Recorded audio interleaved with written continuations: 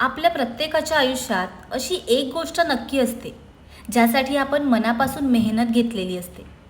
सगळं काही दिलेलं असतं, वेळ, कष्ट, आशा आणि स्वतःवरचा विश्वासही. मलाही असाच एक काळ आठवतो. मला वाटायचं यावेळी सगळं माझ्या मनासारखं होणार, कारण मी माझ्याकडून काहीच कमी ठेवलं नव्हतं. पण आयुष्याला बहुतेक वेगळंच काही मान्य होतं. ज्या दिवशी सगळं हातातून निसटलं त्या दिवशी सगळ्यात जास्त त्रास एका गोष्टीचा झाला. अह अपयशाचा नाही, तर या प्रश्नाचा, माझ्याकडून कमी काय पडलं. काही दिवस मी प्रत्येक गोष्ट पुन्हा पुन्हा आठवत राहिले.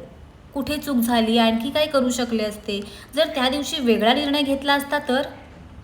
आपणही असं केलंय का कधी? एकाच प्रसंगाचा विचार 100 वेळा आणि प्रत्येक वेळी स्वतःलाच दोष देणं.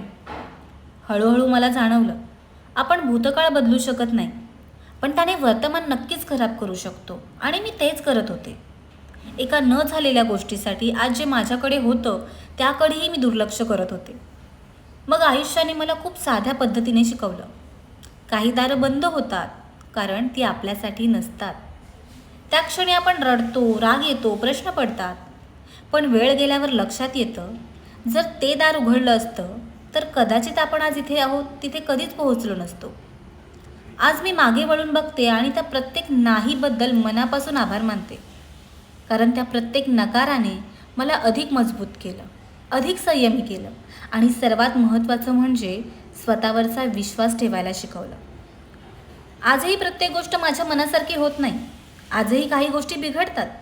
फरक एवढाच आहे, आता मी प्रत्येक वेळी स्वतःला एकच गोष्ट सांगते, हेही कदाचित माझ्या भल्यासाठीच घडलं असेल.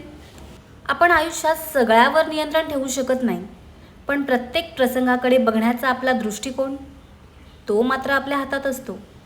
जर आज तुमच्याही आयुष्यात एखादी गोष्ट मनासारखी झाली नसेल तर स्वतःला दोष देण्याआधी स्वतःला थोडा वेळ द्या.